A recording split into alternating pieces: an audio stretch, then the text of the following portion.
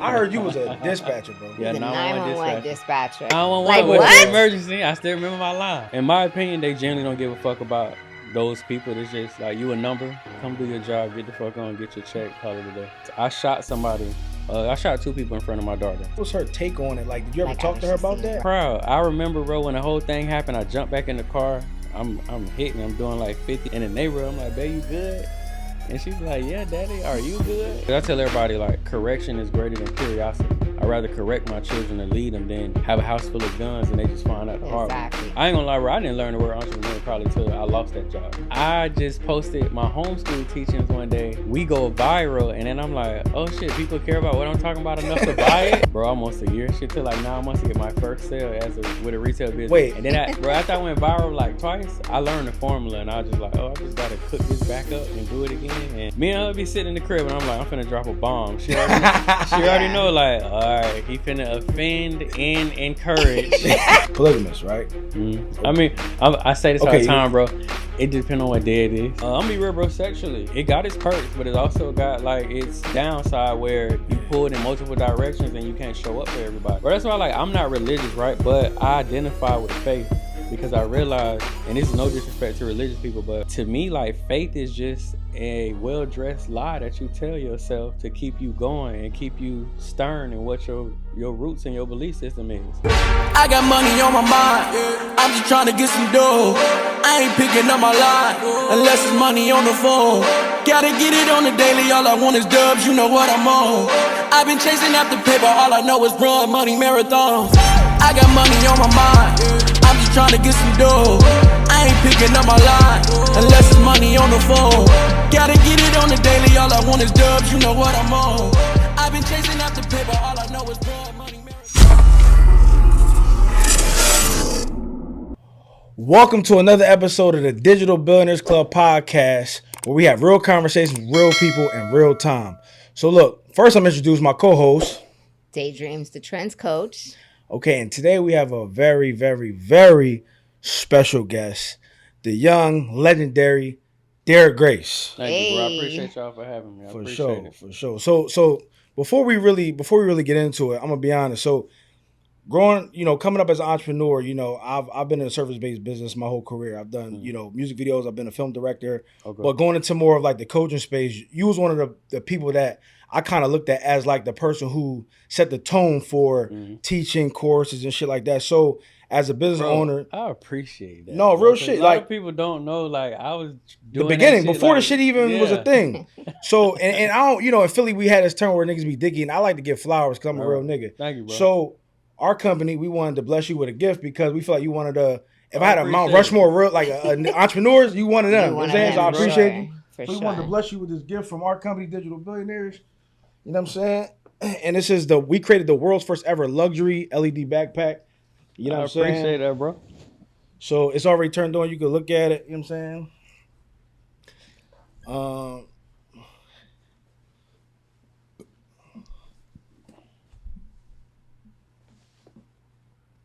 Oh, that's hard, bro. I like that. Yeah, so that's our LED backpack right there. Personalized. You know what I'm saying? Took one of your clips on there, put it on there. But you can put whatever you want on there, you feel me? Yeah, it is hard. So look, my kids gonna love it. So look, this is the crazy part. So entrepreneurship, right? Yep. What can go wrong sometimes will go wrong, right? So we did an update to the app. My coders did an update to the app like 2 days ago.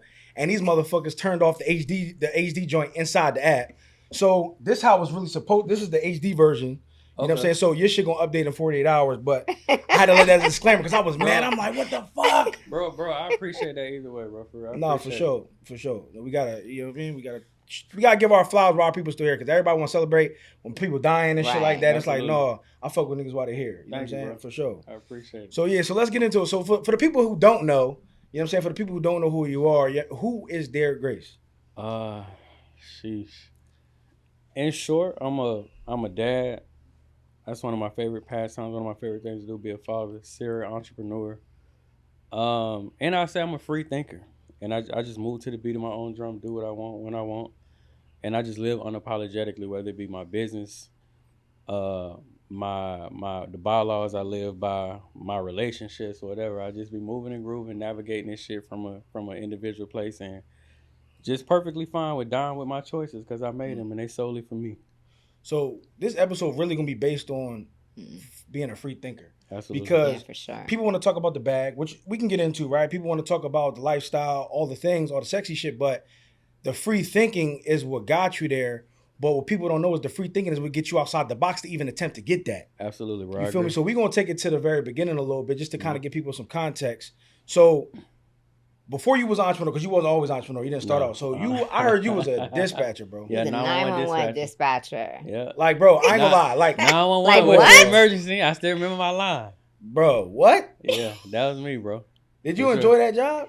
Hell no, bro. I hated the job, but just making that type of bread at that age, it was a plus. Oh, it was paying good. Yeah, bro. I was like they take care of the people 18, I'm making roughly 30 grand a year. So that was a plus. Mm-hmm. I was able to, I had a crib, had 2 cars. So like that part was dope. But bro, the energy, the environment, the people I work with, the politics, hell no. That shit So was it's like trash. what we see on TV is the politics. And Absolutely, no, bro. That's the real thing. That's the real environment. They, in my opinion, they generally don't give a fuck about those people. It's just like you a number, and you know if you a favorable number, then yeah, they gonna care about you. But other than that, come do your job, get the fuck on, get your check, call it a day.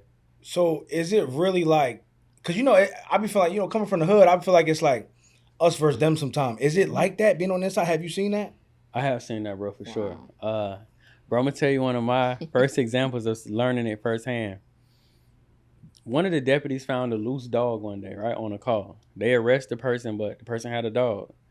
They like, who want to take the dog home? I'm like, shit, I like the dog. Like, the dog was like a pit mix. So I called my BM at the time. I'm like, hey, come get the dog. She come get the dog. Everything good. Bro, the dog went to fucking up my house like a day later.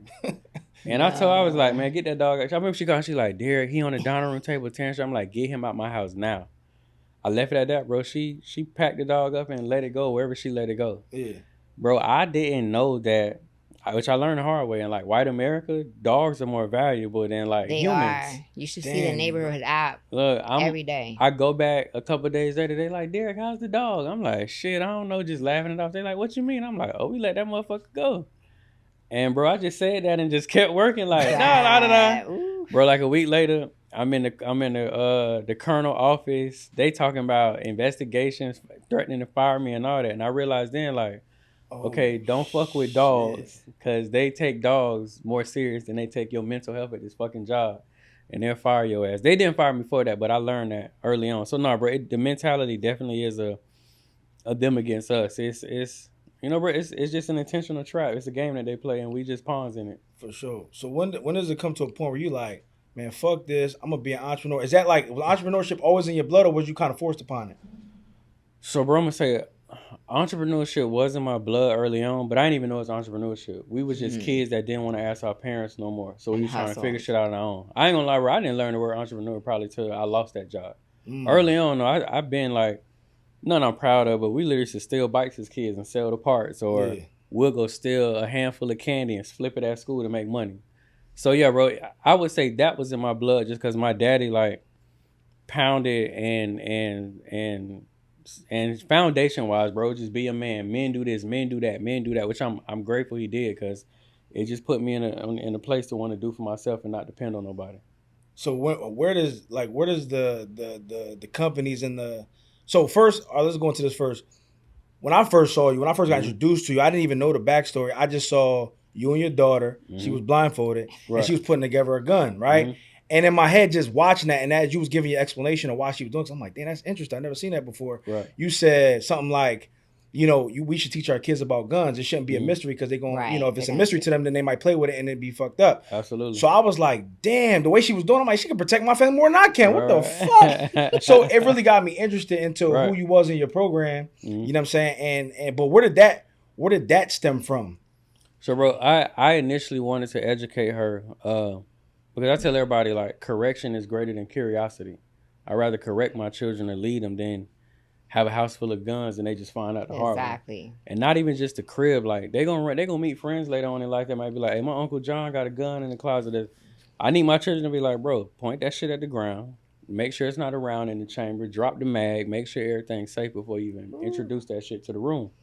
So that was one thing, bro. But the main thing was I shot somebody I shot 2 people in front of my daughter. So I just felt compelled to start educating her after that because I knew like her interest level was gonna be on 1,000. Right. What was her mindset, or what was her take on it? Like, did you ever talk to her about that? Right. Oh no, for sure, bro.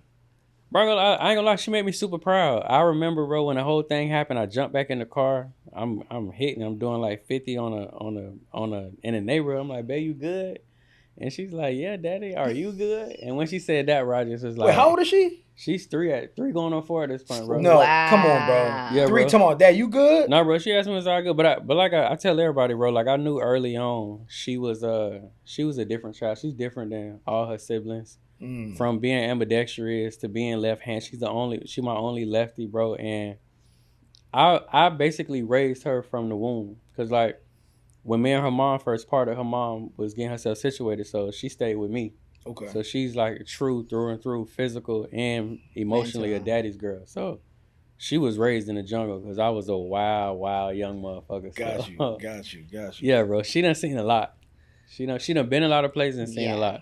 I love that though for a daughter to have seen and experienced that early on though, because what most people don't realize is as women, as girls, we get lost at some point, whether it's between parents and stuff. So having that like thug in her already, you know what I mean?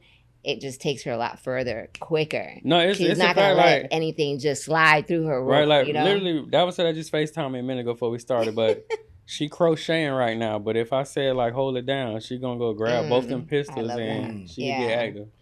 You know what's interesting, bro? It's like, you know, one of my big topics I started going to this year with me and wifey was we have to learn how to protect ourselves as families. And a lot of times we don't know what to do if shit would ever really go down. Right. Like having a plan. Most people have a protocol, a plan. You don't know what to do. Nigga, we at the gas station, everybody just la la la la. Like nobody knows it has a protocol. So I think, you know, how do you feel about just not even just a man, because men should have a protocol, but how you feel about families and having a protocol? No, bro, it's an absolute must. That's one of the main things I talk about in my latest project, the Family Bible, is rules and regulations, bylaws, protocol, as you would say, de-escalation. Or, bro, knowing this is something a lot of parents don't do. They don't assess the strengths and weaknesses amongst their children. A lot of them lead with love, but the game not built off love. Absolutely the game is built off strategy, level of expertise, and survivability. So they'll be like, oh, you know, all my kids the same, everybody good. No, like, baby, I'm keeping it real with you. Your son, he not ready to cross the street. But your youngest daughter ready though. So with me, bro, the honest moment I had to have with myself is assessing their strengths and their weaknesses, and I realized, like, all right, so my son is a better negotiator. I'm just comparing my oldest two. He is a finesser. Motherfucker be scheming.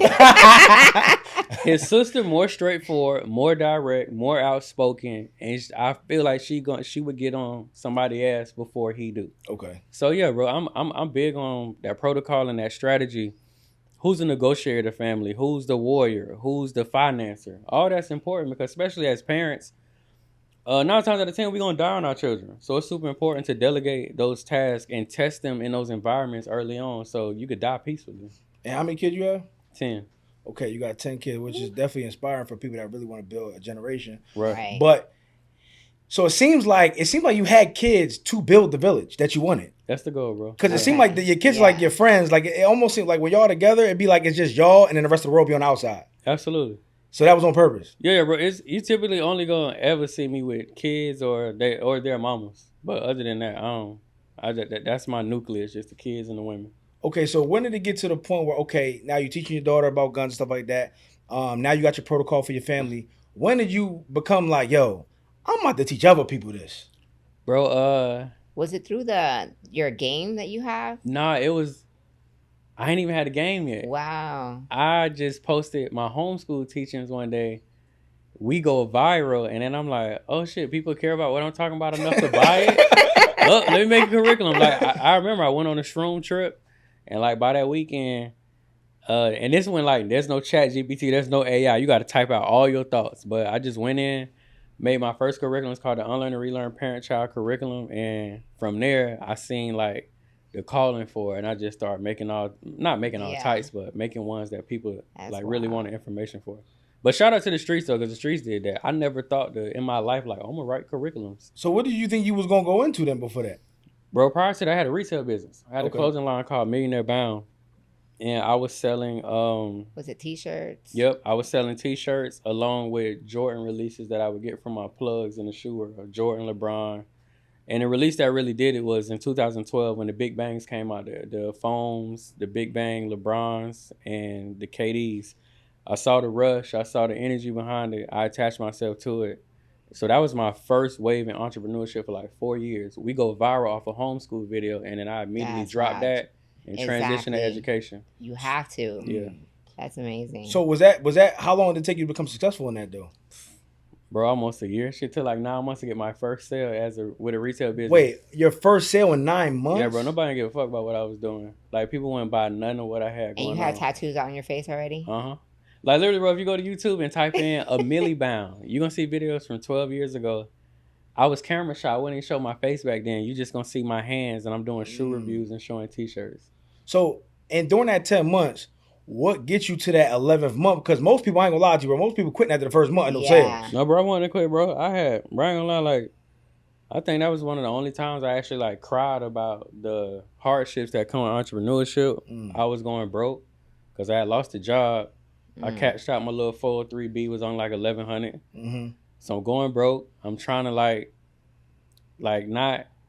not hide it, but I'm trying to like make the kids feel like everything normal. At this point, I only got 2, and I got my living girlfriend that I had one of them kids with. So she's supportive, but yeah, bro, one shit working. I had to really, bro, that's why I'm not religious, right? But I identify with faith because I realized, and this is no disrespect to religious people, but to me, like, faith is just a well-dressed lie that you tell yourself to keep you going and keep you stern in what your roots and your belief system is. And I realized in that moment, like, boy, you gotta be a good fucking liar to make it an entrepreneurship. You gotta lose everything on Tuesday and be like, yeah, you're gonna get this shit back tomorrow. Nobody will know about it. Yo, no. Because if you succumb to your current environment, you out. That's it. The game gonna tell you, like, it's done, boy. You lost all your money. You know, it's interesting that you said that because my first introduction to entrepreneurship was the documentary, The Secret. You ever seen that? Yeah. So, well, no. I read the book. I ain't never watched it. Yeah. So I mean, same thing, right? Yeah. So based on law of attraction. But see, growing up in the hood, I never knew that you can like will things into your life. You can speak it and put the work in, and it can just happen. Like I'm like, the game shit never gonna. I gotta rob this person. I gotta do that. You know what I'm saying? Right. So it's just interesting that you had to go on that journey of 10 months and finally get your first sale. But the best part about that is the mindset you had to have to get to that, because so many people just quit, bro. How many of us just start something, we get excited, and then we stop. Start something, get excited, and we just stop. Every day, bro. And for me, bro, too, like, I just know I gotta leave one day. I know I'm gonna die, and it just be like, my ego just be like, are you really gonna die like a coward, quitting motherfucker, ain't never complete nothing? I'd be like, yeah, you right, I'm finna get back up. And then too, bro, I just feel like children don't ask for our welcome party to the world. We force it on them. We go do things as adults that introduce them into this imbalanced system, and then have the audacity not to max out or stick to our word and become what we said we was. And now they gotta suffer with that trickle down struggle. So that was one of the main things, bro, that I would just tell myself every day. And like even this tattoo right here, bro, it say do it for E. E is my brother. He got 15 years, but then he actually come home next week. After 15 years. That's big. Yeah, bro. So that was one of the main things too. I'm like, man, I gotta be something when my brother come home. I can't, not that I had anything to do with it. I was like, how he do 15 and come back and I'm still the same? 100%. Like, he gotta come back and be like, when I left, my brother was like this. Now he bigger than the world. Yeah, that's dope though. That's dope, bro. Do it for E, because you definitely did it. You know what I'm saying? So, all right. So going through your entrepreneurship journey, you did the course. Now people kind of like get familiar with who you are. How did you take it to that next level? Because you're known for like your marketing strategies, right? Yeah. Are you known for saying some crazy shit, going viral, and not giving a fuck? So like pulling a gun out. You ain't do that your first 10 months with the shirt. So what made you transition to that? Yeah, bro, I ain't even know to do it yet. Bro, I realized early on studying Mike Tyson and Floyd, right? Those two gentlemen, I think Floyd mastered it, but they have the ability to make you show up whether you love or hate them. They're that captivating in their message and presentation. People will pay in hopes to watch Floyd lose. When I peeped that, bro, I started hitting certain triggers, and it was never the same. I realized, like, the face tats, the guns. These are all symbolic things that trigger certain people. The way you speak is intelligent, though. Yeah, no, for sure. You know And shout for out, sure. I appreciate it. Shout out to my mama. My mama was big on our articulation as children. She didn't play that. Like, there was no colloquialism. You gonna speak to her firm and on point. My pop's not so much. He didn't care, but yeah, bro, studying them two, I just really learned, like, basically, like, this what get the people moving. And then, after I went viral, like, twice, I learned the formula, and I was just like, I just got to cook this back up and do it again. And that's it. To this day, bro, I still do it. At times, when it's necessary, yeah. I still, like, me and her be sitting in the crib, and I'm like, I'm finna drop a bomb. She already know, like, all right, he finna offend and encourage 2 million people with one video. Here we go. So, all right, but if that's us watching it on the other side, because I'm like, damn. So, if you're offending people, right, I'm pretty sure there got to be some hate. I mean, there's haters everywhere, but yeah. So, how do you how do you handle it, and did you handle it differently now than you did then? Nah, bro, I don't really handle it because I feel like if they're triggered in a negative manner, because at the end of the day, it's to help. But I do understand the medicine and the candy method. But no, bro, I've never really done it. Be internet shit, so I don't do it. It's just like you on the internet popping it, you safe. It's all good. But I've never encountered it in person. Grateful. Anywhere I travel in the country, I've always been love and respect. Or if they didn't, they just was quiet about it, and we just crossed paths, and I didn't know that they hated my guts. Yeah. So dealing with relationships, I see that you're you polygamous, right? Mm-hmm. I mean, I say this all the time, bro. It depends on what day it is. Really? Because some days I wake up and like you don't be bothered. Yeah, me and her just be chilling, and she'll show me something like, babe, and I'll be like, I'm good. I don't be bothered. And then other days, bro, I'm a full blown demon. So it just it varies. So how does But I would say, yeah, though, bro. To answer your question, yeah, I'm into that lifestyle for sure. Because we talk about it, right, and it's definitely an interesting conversation because it's like, we talk about the whole raising a village and having more kids, and we currently working on one, but to raise a village is going to take more women, right? So we just talk about it in this conversation, but watching certain people's journeys is all you can really go by, right? Especially where we come from, seeing a black person attempted and do it. Yeah, I think you're the main one that we can say. Yeah, so it's like you look at the ups, you look at the downs, and you're very transparent on your shit. So it's like you kind of. So what are some of the great things about it? What are some of the struggles and work throughs? Oh, all right. Let's start with the great. Great things, bro, is collective identity and collective thinking. When you got 4 or 5 people, 3 people on the same type of time, bro, the mission is expedited. Is you could delegate responsibilities. Like, bro, I'm big on transparency. So her and I and another young lady, I've been currently having hard conversations with them the last couple of weeks. Like, listen, I understand the discomfort at times. I understand that maybe possessiveness, whatever the case may be, but the grand picture is bigger than all this. I get to be impressionable upon y'all children. I get to put y'all in business positions that y'all typically wouldn't get if y'all was in a singular relationship with a guy that don't got no connections, no resources. So that's one of the big ones, bro. It's just the collective movement. We can move way faster when we got 4 brains. Bro, put out this, bro. I got this far with what I taught myself and what I taught my children. I know I can cover 50 more years of ground in an abundance if I was able to teach all. I got 10 myself. If we put all these children together, it's 15 kids in this pot. Okay. We could have a crazy ass family if I'm able to like impute the knowledge and wisdom into half of them. So delegating the responsibilities, bro. He said but I mean it's a lot of energy. No, it is, bro. It is for sure. It's a job for sure. Yeah. But bro, money is easier. Money easier spent because we split in certain things, or it's a collective push, or if everybody feeding off the entrepreneurial wave, then we all making a high dollar amount. So money becomes an afterthought. We're not really tripping on bread. Mm-hmm. Negatives, bro. And it's to any of the bros that's interested in that. Make sure you got your affairs in order, paperwork in order. Have you a lawyer on retainer, because you're gonna. It's just life. Like there's gonna be. You say people, lawyer and paperwork. What do you exactly mean? So me, bro, like I keep a family law lawyer on retainer because I've been through it, and I just like being logical. Women are allowed to wake up and change their mind. So you have agreements.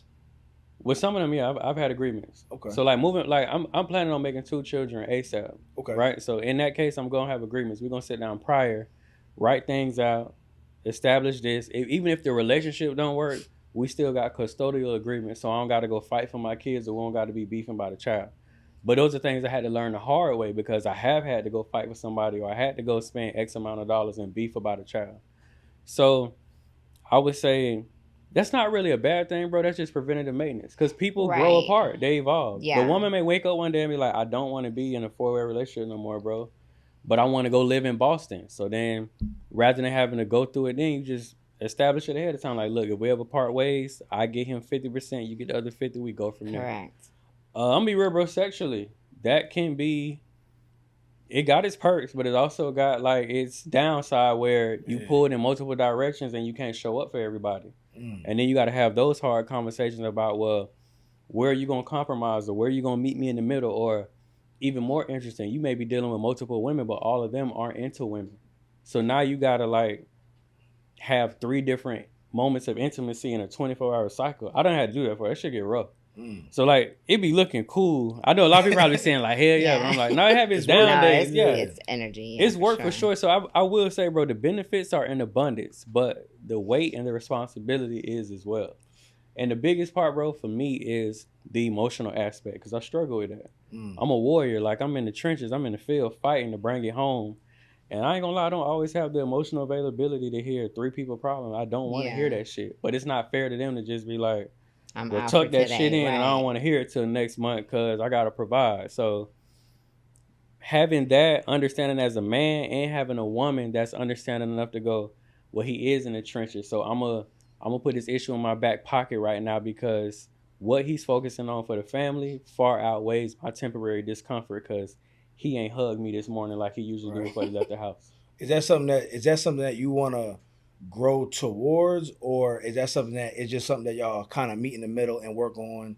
Sometime you get better at it. You know what I'm saying? Yeah, I do want to grow towards it. I really say both. It's certain stuff we working on, and it's just certain stuff that we at a stalemate. But you know, it's life, bro, and like ups and downs come with family. So I just look at it as it's just like growing pains with a family. But I know what I envision for my life and my future and my legacy, and I think it's absolutely unfair just to try to put all that responsibility on one woman's shoulders. I don't think that's fair at all. I don't know. To some people it might be. I couldn't see me meeting a woman and saying, you need to bear 10 children for me, or you don't meet my standard. Got you. When the hell she gonna live? When she gonna have a break?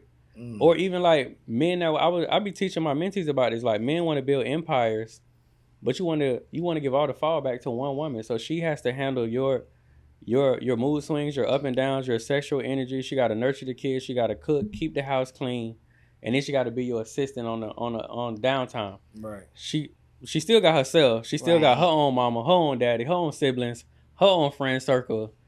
And you want one person, and they be like, yeah, I'm gonna give it all to one person. I'm like, all right, bro, you got a strong ass woman. See how long it works out. So you seem like you're big on partnerships. Like, I see, you and your partner, y'all team. Mm-hmm. So the viral conversation is, a lot of people talk about, should men go 50-50? Right? It's like the big conversation. So how do you feel about when people talk about this? Bro, I'm gonna say this. I feel like every man and woman should do what works for them firstly. Because I feel like a lot of them be being misled by them conversations.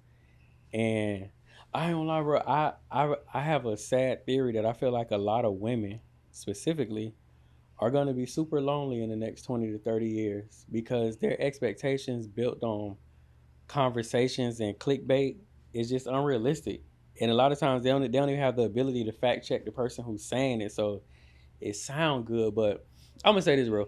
Black women specifically, if they want a black man in America, if they really take the time to unpack the wealth gap, the percentages, and how wealth is dished out in this country, they would realize like they gonna come across 0.5 rich black men in their lifetime. Mm-hmm. And they so like a lot of them head so far up their ass, they're not even gonna know he rich because they're gonna judge him off his appearance to begin with. That's a fact, yeah. So if they logically thought about it, like, girl, you're not even finna meet 4 rich men in your lifetime. Yeah. So, but no, bro, I believe it could be 20-80, 50-50, 70-30, like just whatever works for them. I feel it. Honestly, bro, sometimes I be feeling like those people be full of shit, only because from a standpoint of when you building I can speak for myself. When you building an empire, right? Mm-hmm. Like we have a business together. We are one unit. Mm-hmm. So the bills should come out of our unit account. Right. So it's not like, oh, Peter pay all the bills or they pay some. It's like, no, babe, we gotta be on our shit this month. Right. We gotta make a certain amount of money. We a unit. It's times where I make more in that month, and he's For like, sure. you know, because he's I coming back from videos and stuff. Right. Even when we first met, you know, I had to show him how to really get to the bag. I hate that too. Like, there's this narrative that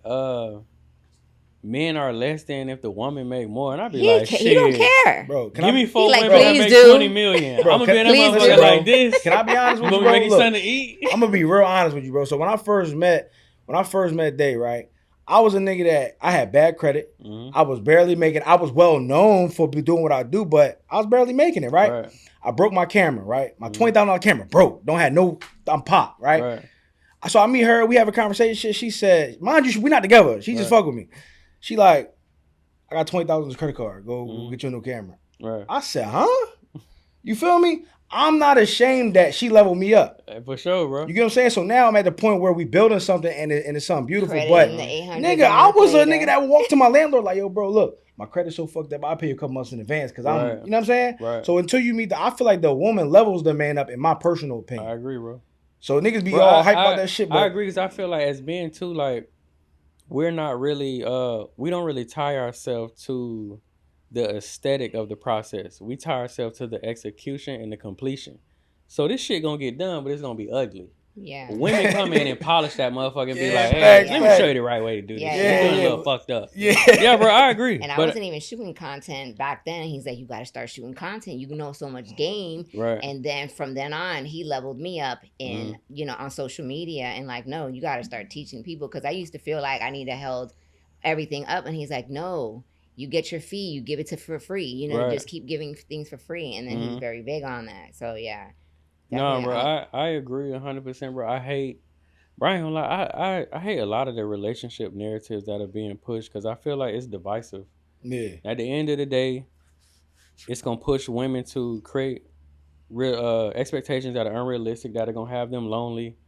And then men, we're taught to get the bag. Like women are taught, lead with the looks. He gonna lead with the bag, and I feel like that shit gonna lead all our ass to just be single and miserable as hell in the next 30 years and washed up. And they teach them, put them on paper. He and I don't believe that. Right. We don't believe in the marriage through show the paper. state. Oh, I'm with you. Going back to what you're I'm with saying, a lot of people that are watching now, we know a lot of people that are like, we're getting married, going to the state. I'm like, you don't even know what you're getting into. No, you don't need them in your business. At all. And they do control some shit. And you can still get married. Right. Like how you said, I have agreements. I have an attorney. Most people don't know that they can do that. Right. I know I'm big on like, even on the debt side, I don't want no woman inheriting what I left behind for America. Tell America to catch me in the next life, but leave my family out of it. So, yeah, it's certain ties I wouldn't even put on paper because now she caught up in something she ain't have nothing to do with. Because women lose their estate when they get married to the state and the man. And most women don't even know, girl, you giving up a lot of stuff. You don't need to. Right. Yeah, for sure. So, you know, in the world of like gurus, right? You got all these motherfuckers going viral for clickbait. And I'm going to be honest, bro, 90% energy full of shit. Like, coming into the coaching space, I'm looking at all these videos. I'm looking at all these motherfuckers. I'm like, damn, they doing this, they doing that. This is dope. I'm thinking it's all genuine, right? I'm all naive and shit. I did early on too. I'm thinking all these motherfuckers, they making the money. I meet these motherfuckers. I'm like, yeah, like what? This y'all costume, nigga? Secret sauce. Yeah, so I'm just figuring out like, yo, so how you feel about that? Because I know you was before, you didn't even have the ability to have those type of mentors. I feel like you was one of the first trying to figure it out for everybody else. So how do you feel about now the game where you got all this clickbait, all this lies, all this deceit? Like, how you feel about that? Bro, that's a good question, bro. I struggle with accepting that for years. And in retrospect, bro, I would do a lot different if I knew that you didn't really have to be who you say you are to be successful. Damn. Bro, I came up under the lineage of my big bros was Nip and David Banner. So all I was like really taught is like, be who you say you are. You know, stick to your script, yada, yada, yada. And then you fast forward in 2025 and it's just like, look, man, get you a little haircut, go on Turo, get an Airbnb, do your thing, and you're going to be rich after that. Run your little ad. Yeah, you're going to run a course. And then, so bro, like, bro, I ain't gonna lie, like, some things that I really, like, learned, and I'm glad I learned them, but I remember when I made my most bread in 1 year. I spent like $7 million that year just on real estate. And I remember like it was ownership. So I'm cashing out. I'm just buying $1 million. I bought mama $1 million crib. My crib was $1 million plus. Bought one in another state. I'm just buying up cribs.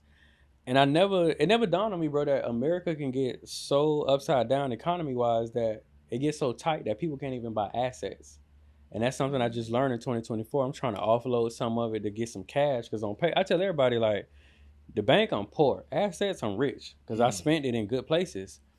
And then I realized, bro, in that moment, I'm like, wait, so they don't be owning all that stuff they be in? And one of my homies like, nah, bro, we just da-da-da. And I'm just like, bro, I could have kept like $8 million. I thought you really got to hold up your paperwork and that validates you. And he was like, bro, I'm not holding up nothing. No one. He was like, bro, I'm doing this and that. And I ain't gonna lie, like, shout out to my bro. Not because it's not in a bad way, but he made more money than I make, bro. And it's based on the presentation. It's not based on the validation. It's the presentation.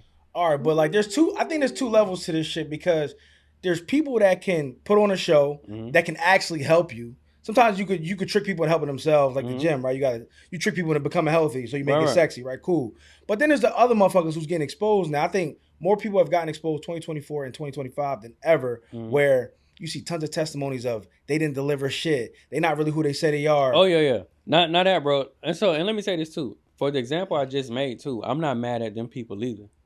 I literally would be real with them and say if I could do it again, I would do what they did. Because, bro, I spent $9 million in retrospect. You'd be like, for what? Like who did you really impress? But hold on, let's get one thing. Hold on. Unless you leverage that. But let's get one thing straight though. What you're delivering is actually real though. Yeah. No. So no. I ain't talking about the deliverers. I'm just saying I spent that money so I can hold up 20. I'm really this person. Yeah, so I can hold up 22 kilos of gold and be like, nobody got more gold. Bro, all that did was I had to go to my holistic doctor. I had a pinched nerve because I was wearing too much jewelry. And then I realized I didn't even need all that to convey my message. I could have just put on one chain because I really am who I say I am and articulate well. I would have got the same result. So I overspent on outside validation when it's just like, bro, you got testimonials and results. Like people really know you as big dog. Take it easy. Like shout out to my bro Jacobs. I remember he called me and he was like, D, how many more chains you gonna buy? I was like, I don't know. He was like, bro, we know you got houses in gold, bro. You don't gotta buy no more. And it hit me in that moment like, okay, I'm trying to like overcompensate to show y'all I'm not like them to the point where $8 million to show y'all I'm not like them is crazy. But let me give you one. I'm 100% agreeing with you on that. But I just want to give you one other perspective from a motherfucker who is in the trenches, that's trying to make it out, that's looking up to the drug dealers, the rappers, and all that shit. Right? When you see a motherfucker buying gold and you see all these things that could be possible, I personally think the loudness and watching the possibility of gets people out of bed. I agree. So regardless of you could have did it differently, but what you did got motherfuckers, I'm going to work there. You got me fucked up. You feel what I'm saying? So in another aspect, it's like what you did helped more people. I agree, Robert. Look, so this is a better example. We'll take out the gold. The house I bought my mama. Right. I spent like $980,000. Bro, I could have got a mortgage on the house and nobody would have known it. Say no more. You'd have stood right in front of that joint the same way. Same way. Because everybody do it now, which I'm not knocking. I respect that. Like, save y'all bread, y'all. America weird right now with assets. Keep your paper, invest it. But, bro, I went to Georgia. I went in. I ain't buy that one cash, but I put down like $400,000 and some change. Bro, I could have just opened the mortgage, got a simple little payment, and did the same video. Facts. And it would be the same thing. So it would have. I say remove the jury, but like it's certain assets I bought that I was just like, this wasn't necessary. And I got you. I would have been happier having like $6 million cash in the bank to invest than rather being like, got the biggest house on the block. For sure. All right. Sitting like, in a robe. Right. Like right now, like I'm the only black person that own in my neighborhood. I'm the only 30-year-old. But all right, now what?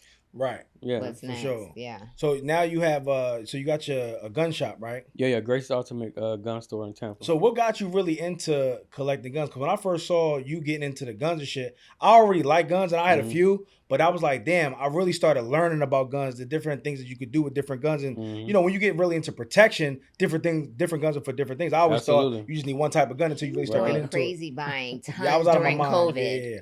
I'm like, he got another one. We gotta get it going. That was a good time. That was a good time. And I'm gonna keep real with you, bro.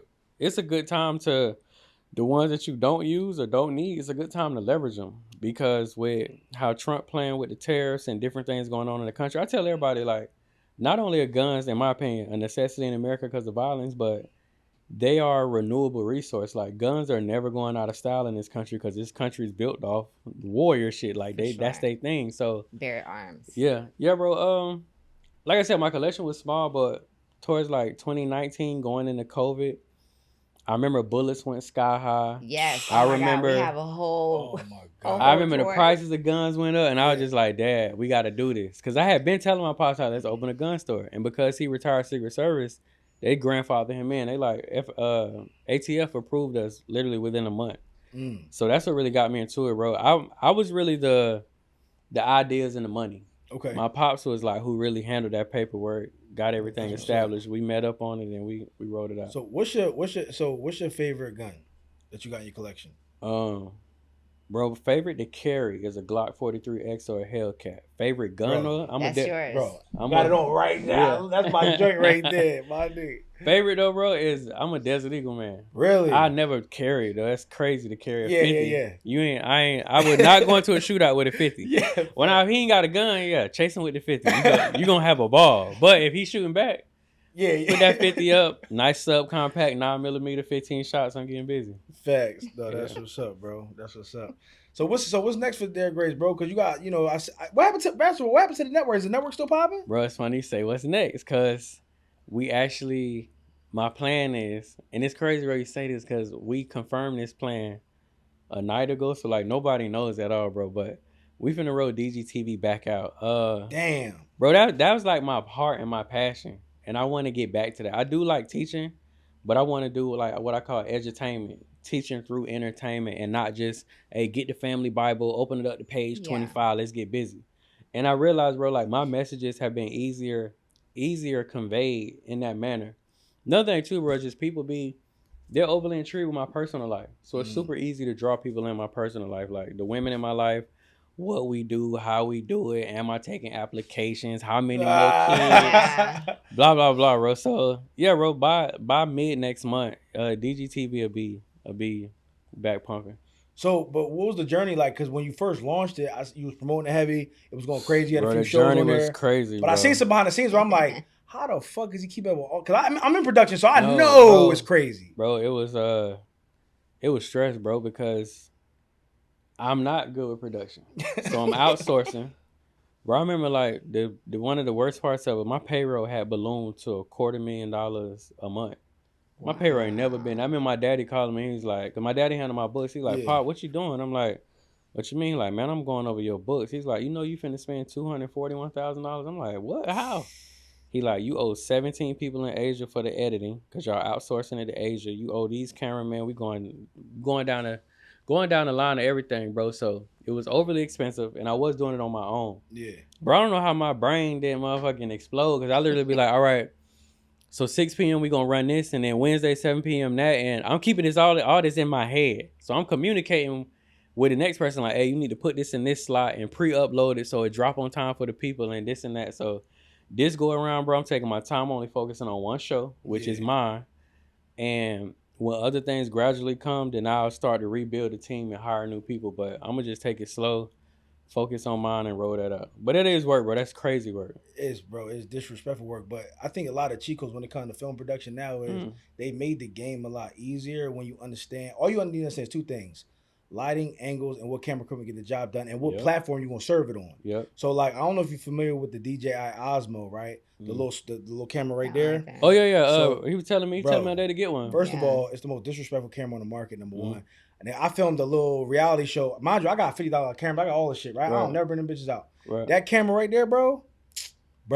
I'm talking about you get 4 of them joints. Yeah. Your reality show about to be on a beam. So, bro, look, let me ask you this. Right? If you mind, come on. Okay. All right, bro. So, would you move with? So this is the thing, right? I have cameramen, but they live in DC. Okay. They can't be on deck all the time. Okay. But me, the other young lady, our children, like we all in a similar environment, proximity wise. how would you recommend we move around with those to capture our lives in real time? Like, do we set them up? Is it like, all right, well, we finna cook dinner, so let's station them in the kitchen? Or do you move with that? All right, I got you. Okay, here we go. What you do is you have at least 4 or 5 of them, right? Okay. You're going to station them just like that. You're going to station maybe 3 of them at different angles to capture the whole entire experience.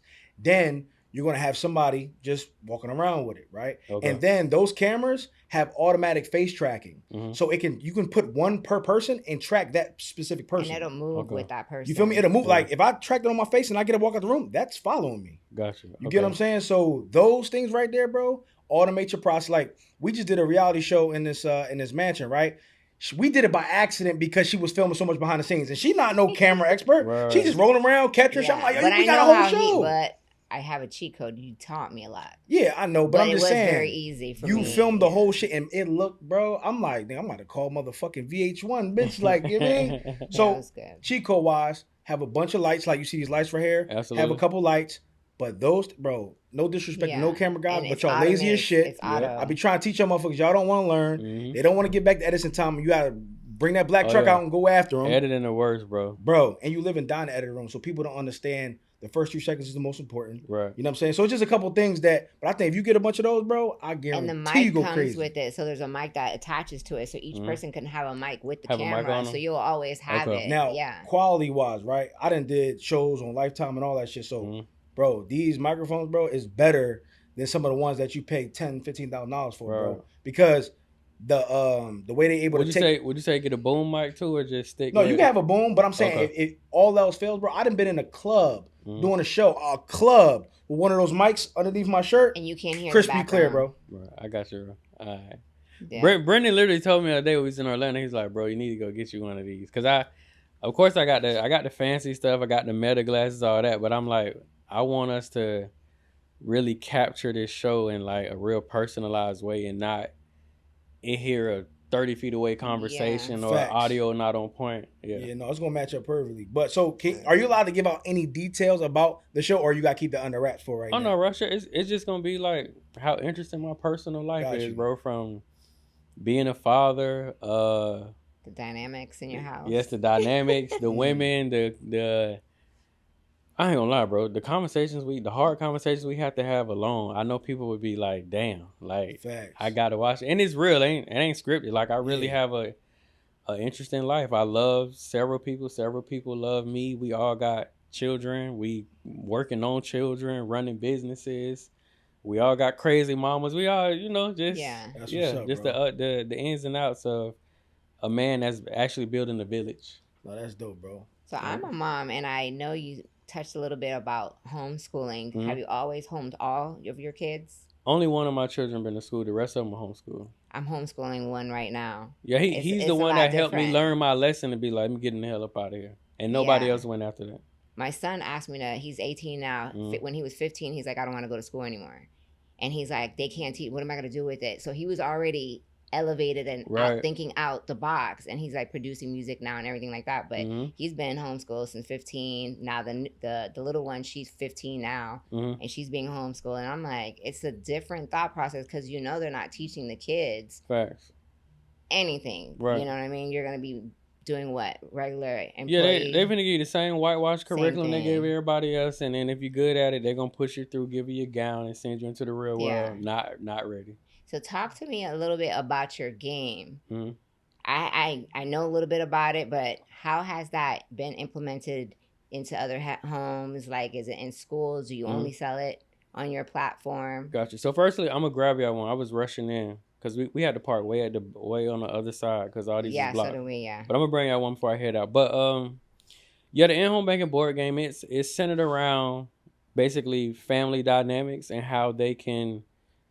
Basically, the systems that we're overly relying on, how we can create them to rely on only one another. So, like, one example I give is I talk about peer-to-peer lending. All of us right now know somebody that could use $1,000. But rather than have that camaraderie within our families, they have to go to these outside institutions and get upside-down percentages, interest rates, XYZ. So I teach things like, why don't we just create internal peer lending groups, loan to our cousin, and give him a similar contractual obligation, but one that doesn't rob him like the bank does. Right. So yeah, a lot of the principles that I teach in there are the principles that I either taught to my children or I actually live out in real time. But I definitely believe, like I tell everybody, like business is family and family is business. So I'm always about the business when it comes to the family and how can we create a collective front so we can be as minimal when it comes to the codependency on the outside world. So like let's grow our food at the crib. My security company, those are all my relatives. Okay. Grace Private Security is ran by nothing but family. The gun store is ran by family. So I'm big on that, creating opportunities. How are you able to work with the family? Because I'm like, I was just about to say, it don't always work good though. I'm be real, it don't always work good. Sometimes family be the worst because they feel like you owe them, and I'm like, no, the entitlement, the expectation. Or they feel safe enough to drop the ball and just be like, "You gonna fire me? We cousins."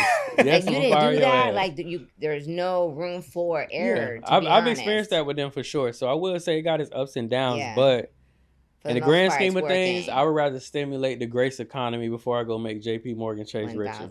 They rich enough. So let me ask you, how when did you start your health journey? Because when I seen it, I was currently on my my weight loss journey. I lost 100 pounds before COVID, gained a lot of that shit back, being on some fat shit. And I just got back on my journey, 30 pounds down. Same here, bro. But I studied I seen you doing like the growing food at the crib and all that, the more natural way.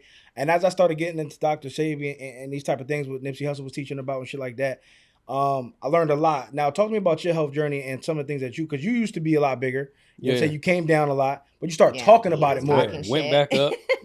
So talk to me about that journey. So yeah, bro. First I'm gonna give the credit going two ways, to her. Okay. And then one of the mothers of my children. So she big on fitness. She worked me out consistently. Was on my ass 3 times a day. That's dope. And then one of the mothers of my children put me on an alkaline vegan diet. Okay. So that helped me to weed out a lot of the cravings and things I wanted. And then those combined, bro, I dropped 52 pounds in 59 days, something like that. I will say though, bro, I gained a great deal of that back. So now I'm back in the gym to get that back off. But yeah, bro, just 2024 was a crazy year for me. My daughter passed. My grandma passed the week before my daughter. I just had a lot of like roller coaster stuff going on, and I ain't gonna lie, food and sex be my comfort. Yeah, you emotional eater. Yeah, I'm sad. To give me some food and give me some ass, I'm gonna be all right. So, sounds like a cancer. Yeah, bullshit. So yeah, bro, but I'm back on it though. Back trying to get back to eating clean, changing my palate back to more greens, more fruits, more veggies. So when you say eat clean, are you on your vegan shit? Or No, not vegan, bro. Okay. I mean, we have nights where we just go vegan. Yeah. But like permanently, no. I ain't gonna lie, bro. I work out too much.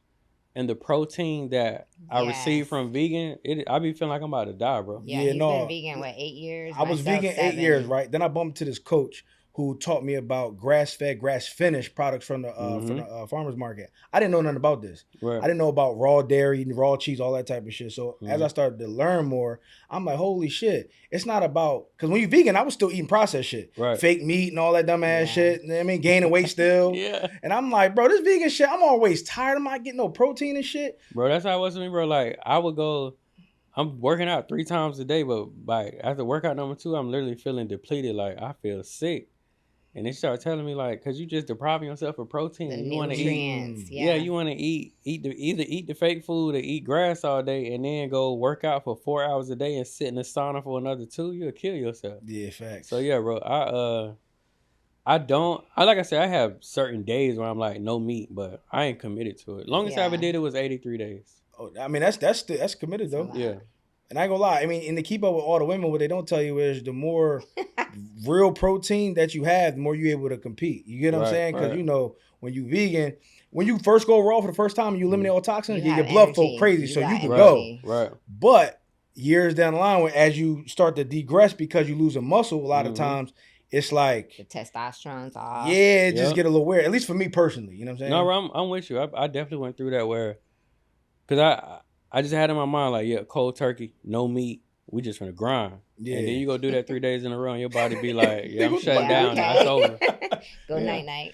So before we leave, man, we just want you to, kind of like talk to the people that watch our show is like, you know, people that's really trying to come up, people that's trying to get out the rat race. You know what I mean? Talk to the people about what they need to do in 2025 to completely level up mentally, physically, socially, and economically. I got you, bro. Overall, I would tell them find something that you're willing to die for and go live. And I think that's where a lot of people struggle at identity wise. They don't really know what they doing, why they doing it, or what they came for. So I think when you able to identify what it is you really want out the game or life, whatever verbiage they want to use, that helps you to develop your why, your process, your potential process, and what steps you're going to have to take to get there. But because a lot of people don't have any identity or any true end goal, they just, I ain't gonna lie, bro, I feel like people just be out here playing Russian roulette every day. They just wake up like, oh, I'm gonna see what the day brings, good or bad. I'm gonna just go back to bed tonight, try again tomorrow. Go to bed, that's it. Health-wise, bro, I just say discipline being the biggest thing. It's not too many things that I think people really should cold turkey drop or just get away from, but just having the willpower to say not today, or I'm gonna do this in fragments and not just commit myself to not exercising or fully exercising every day, but listening to their body too, bro. I'm 35 now. So like a couple years ago, just seeing someone on the gram like, yo, I'm finna do the challenge. That sounded good. Like, these days, bro, I listen to my body. And my body will tell me when like, no, we ain't having sex today. We not even doing it. Just go relax, bro. Your head is spinning right now. Like, sit down somewhere. As far as financially, bro, biggest thing with the finances, bro, and it's going to be real simplistic, but I think it's so necessary because people skip this step, but people really got to take the time to track their expenses. And I feel like most people track their money once it's already gone. And I feel like until we get out of that repetitive state, most people gonna die broke. Like most people really they spend a whole day on the town, then they go to the crib and empty their pockets and be like, $5. Yes, bro. You know, you got 12 pair of shoes by the front door, bro. Yes, all you got is $5 left. Another thing with finances too, bro, is I feel like people knowing what seasons. Some people don't know like when to ball and when to just hustle, or like when to fast and detach themselves from things of the world. I tell everybody, you're not gonna be anything bigger than the world if you're still of it. So you got to know like when it's your season and when it's not. And season meaning like this your moment to buckle down, or this your moment to like enjoy the fruits of your labor. I feel like some people are in such a space of scarcity. Like I tell people this all the time, like some people party so much. They're not able to party the way they want to because they know they got to get back to work because they got undone work. And then some people can't really do the work and execute the mission because they're so overly concerned with partying once they get done with the work. So they live an imbalanced lifestyle their whole entire life, and they end up just dying unfulfilled, didn't complete nothing. And then on the winning side, they had highlights of winning, but never like a sustainable season or 6 months to it. Like most people that I know have not had a 12-month winning streak or balling streak. No. They get it for a weekend, a day, maybe even 2 weeks because the taxes hit or something, but soon after they back at square A. But overall, bro, I just think people gotta, we have such a, bro, people just gotta fall in love with delayed gratification to me. And they run from that. Well, unfortunately, most people don't even know what delayed gratification is. But when they do learn what it is, they run from it. People gotta really like fall in love with the process and I just think everybody should just meet the hard shit head on. And that's what people usually buck. They want the easy route. So like the hard stuff they shy away from. I'm one of them people that like, let me get the hard shit out of the way so I can at least like live my 30s on autopilot. Facts. Most of them gonna have summer filled highlights of winning, but they're gonna end up being that same way till they 60 plus. Facts. So like I'm grateful that I gave the game the bulk of my 20s and my 30s because my 30s, 40s, and 50s will be spent the way I want them to, and not the way like society or my boss or my bank account told me I got to. Facts. So look, we appreciate you for coming out, bro. I appreciate y'all having me, bro. Where can they find you? You tell people they can find you at? Yeah, bro. Everything is under my government name, so they can literally Google Derrick Grace II, or they can go to DerrickGraceTwo.com, IG. You won't be able to miss me, y'all. I got a bunch of tattoos. I ain't really seen nobody out there that look like me. So if you saw me, you definitely saw me. But yeah, bro, the board game we talked about, the curriculums, the courses, the classes, the family Bible, all that can be found on my website at DerrickGraceTwo.com. So make sure y'all go support Derrick Grace, you know what I'm saying? Because he got a lot going on. We looking forward to DGTV coming out. You know what I'm saying? You already know it's your boy Peter Parkkerr. And it's your girl DaeDreams. And you already know content is currency. And we out.